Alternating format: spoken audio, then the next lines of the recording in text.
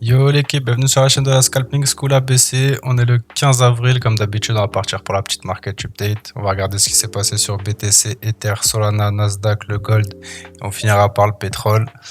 Juste avant l'équipe, je vous fais un petit tour du Discord. Si jamais vous voulez avoir des analyses plus approfondies, n'hésitez pas à rejoindre le Discord, le lien est en description. Vous avez le canal général où vous pouvez saluer tout le monde, échanger avec les gens. Vous avez aussi le channel PNL. Si vous voulez check les performances de la team, de tout le monde en fait, des Sith, des Jedi, des Padawan. Et si vous voulez chiller avec nous, vous pouvez venir dans le vocal public. Quand on voit qu'il y a des gens, on vient, on chill dans le vocal public avec vous. Si vous avez des questions ou quoi. Donc n'hésitez pas à rejoindre l'équipe.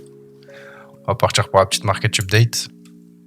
Donc sur BTC hier, ce que je voyais, c'était soit un retour vers les zones plus basses pour aller chercher le top, la grosse box du H1, H4 qu'on attend. Au final, on a vu qu'on a récupéré juste le petit top local ici, que ça nous a ramené vers le bas. Donc aujourd'hui, ce que j'ai comme plan pour le moment, ce serait de revenir toujours dans ces box, donc à minima dans la première ici. Donc ça va être intéressant de voir ce que BTC va proposer sur ce niveau. Si on voit qu'on commence à avoir des belles opportunités de short, pourquoi pas shorter pour aller chercher déjà dans un premier temps le bad leg et ensuite ça target la première en M15.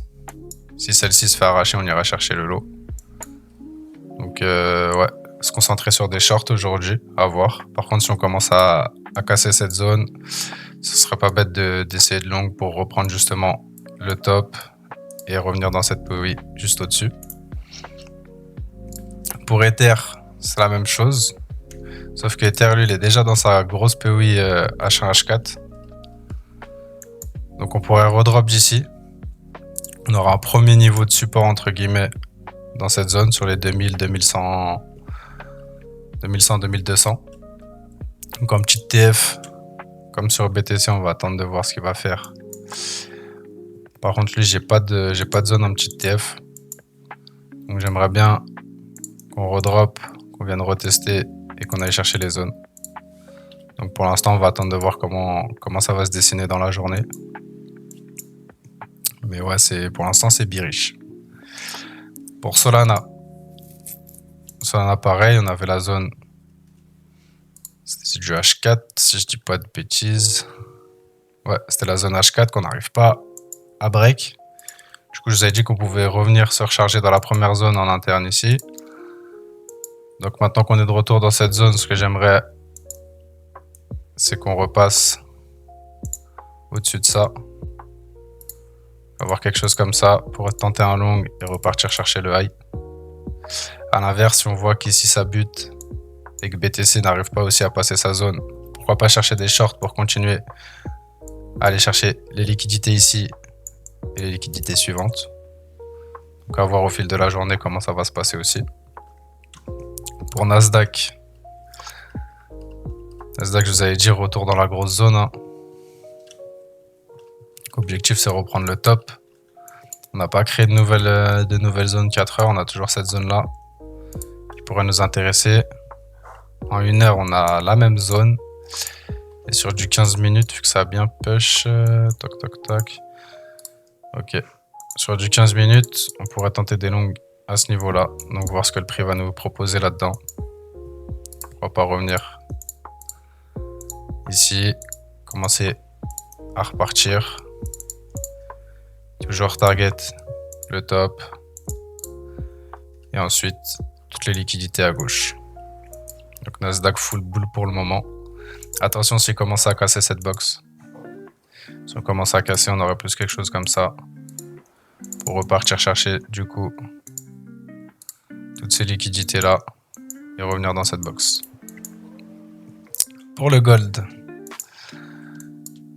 Alors le gold, je voyais soit un rejet de cette zone pour un retour ici, voire un retour plus bas. Au final, il a poutré la zone. Du coup, ça, c'est plus d'actualité. On a une nouvelle zone potentielle ici de rebond qu'on pourrait jouer avec la zone sur le lot.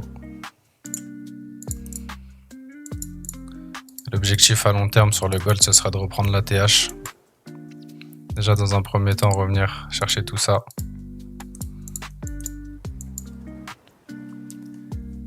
Et ouais, après ce mouvement en 3 là, j'aimerais bien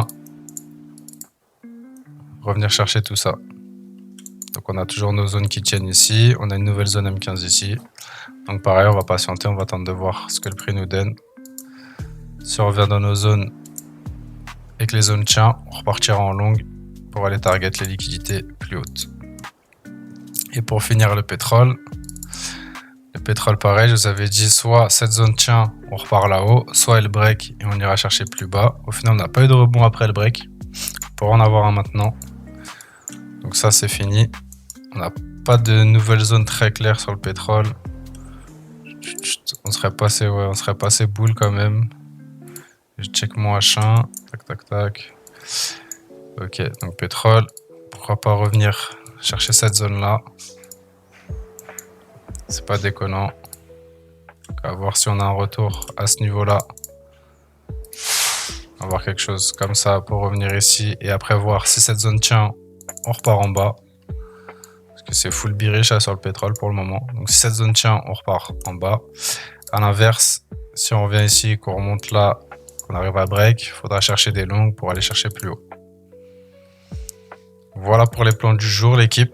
J'espère que ça vous aidera dans votre trading. N'hésitez pas à rejoindre le Discord si vous voulez des plans plus élaborés, en plus petite TF. Je fais des lives sur Twitch aussi, tous les jours à 14 h. Donc si vous voulez voir du scalping en temps réel, passez. Sur ce, je vous dis bonne journée l'équipe et on se retrouve demain pour la Market Update. Ciao, ciao!